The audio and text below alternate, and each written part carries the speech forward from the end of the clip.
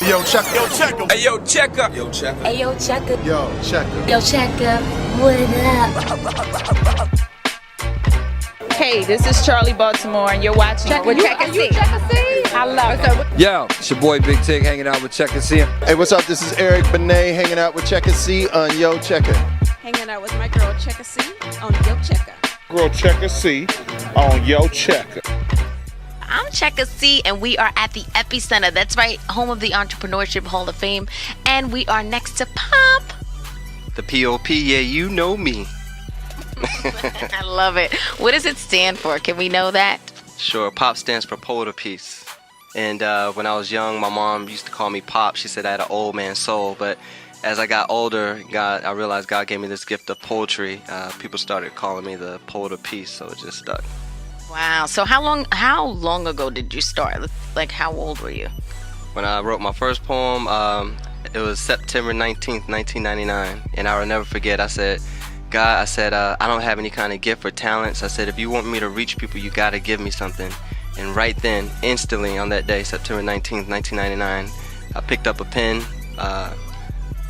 just from the prompting of the Holy Spirit. And the next thing you know, I started writing these awesome anointed poems. And from there, I started being able to memorize them. And then I had the vision to have the pictures and scriptures to go with them. And that's how everything came to be. Since 1999. 1999, yes. Wow. Okay. So let me ask you this. You were obviously going to church on a consistent basis. Absolutely, every week. Did you grow up that way? I did, yes. My parents, they had us going to church a lot when we were young. And then, of course, as people get older, as I was a teenager, you go astray. And then, I ended up coming back to the Lord, I think, when I was 18. So. Wow. How old are you now?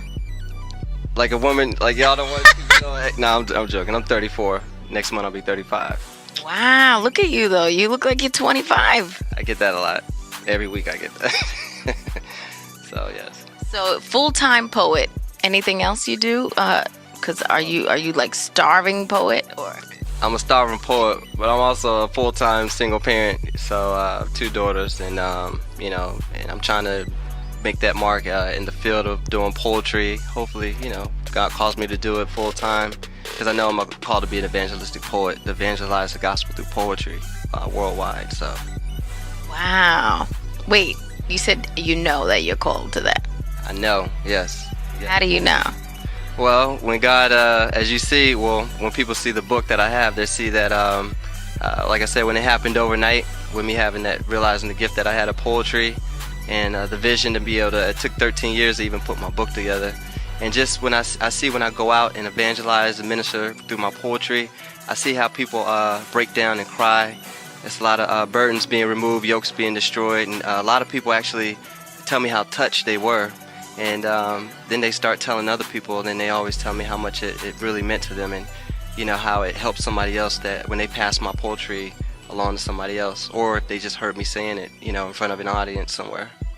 Wow, deep. So you're definitely touching lives and getting emotional with it. Definitely, yes. Now, do you ever get emotional when when you're writing? Do you ever I do. Touch yourself deeply like that? I do. It's funny you ask, because sometimes after I write it, it's almost like a masterpiece. I'm like, wow, I can't believe this is something that I just wrote, And sometimes when I'm going through stuff, and I'm telling my mom, she's like, you better pick up that book or that poetry you wrote and read it yourself. And so that's what I have to do, and then it ministers to me. So yeah, definitely. Because you're like, wait a minute, here I am touching everybody else's lives. Can I take a minute? Because I'm going through something too. Absolutely. So before we get into your book, because I know you've just got the book out now, it's on Amazon and everywhere else, we're going to get into that. But I do want to talk about that video that you put out there, the Trayvon Martin. Tell me about that. Well, just like me, you, and everybody else was affected by the Trayvon Martin situation, I just felt compelled to do a video shoot. I just came back from Alaska. Right after they did the verdict, I wrote the poem, and then I went up to Alaska, and I did it out there, and they said, you need to do something. So I came back to Atlanta, shot a video, and by the way, it's on YouTube. It's called Last Walk Home, Trayvon Martin. And I just really felt, and it's funny because I ran into Trayvon's mom the day before the video. No. And then some of her people Randomly? randomly, and then she was at the James Fortune show, and then I ran into her people, and they said they wanted their family to be in the video, and I ran into the attorney Ben Crump, and we talked. And So you knew it was meant to be. it was meant to be. Their Crump, that Ben Crump sent the email to them with the video and everything. So, but yeah, so it was definitely something that needed to be done to create awareness. Because you got the hoodie on, you got the Skittles in the hand, you got the Arizona. Let's take a look at this clip real quick. Just check this out. I mean, this is some good stuff.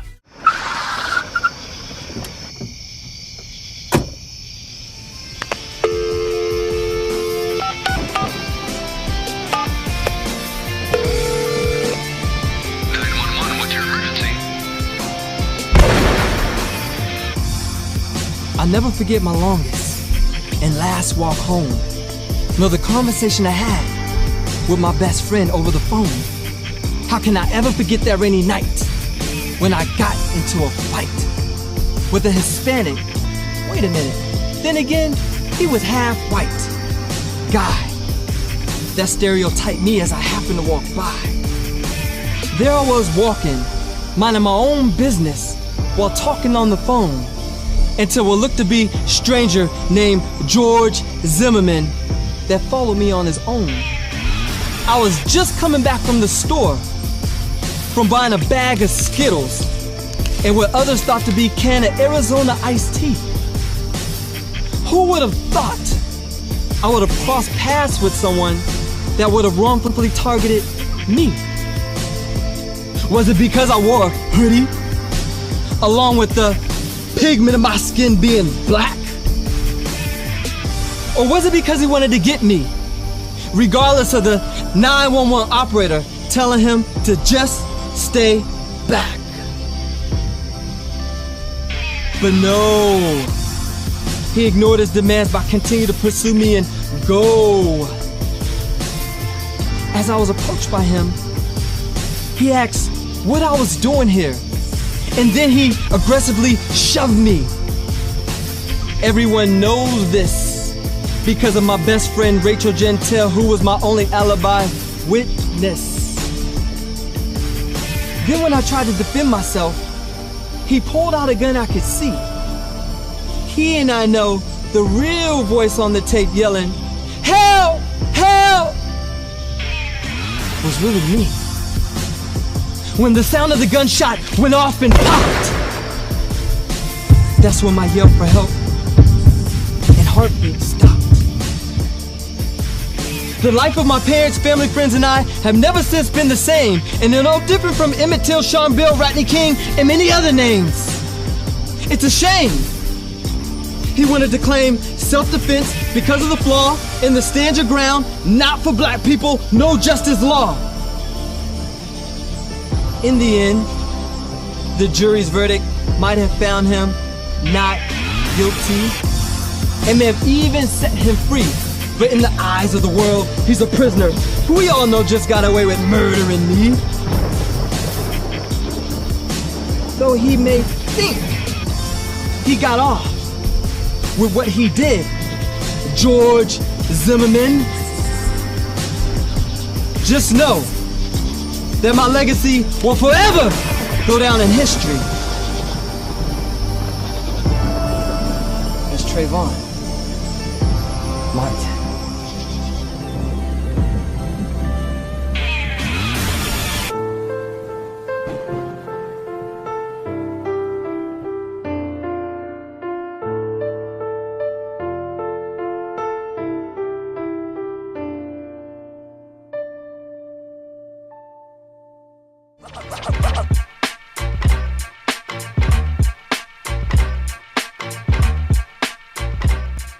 All right, great. See what I mean? Like, it's so deep, and like, I mean, you know, you're right. The world was affected by it, and I know there are other people out there that created videos and things like that to touch.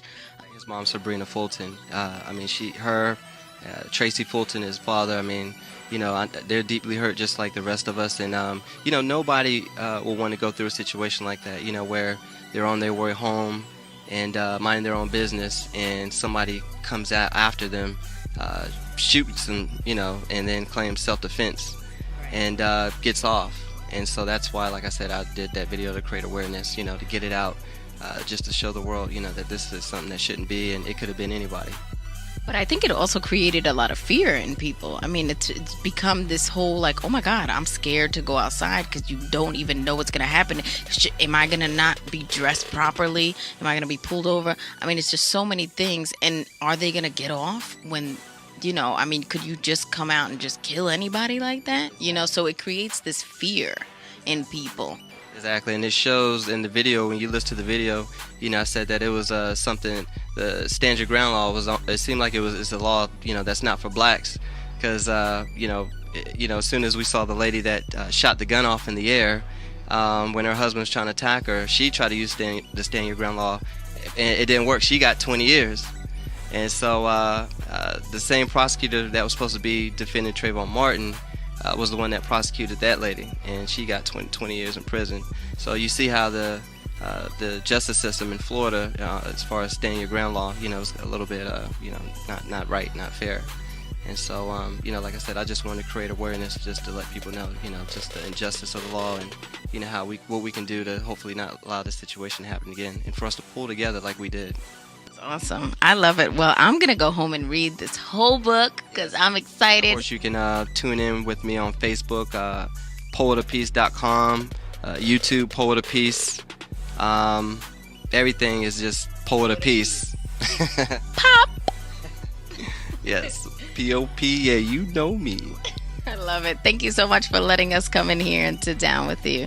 It was definitely thriving, and I like it. I'm going to go home and read this whole entire book tonight. All right, you heard it here, Pop.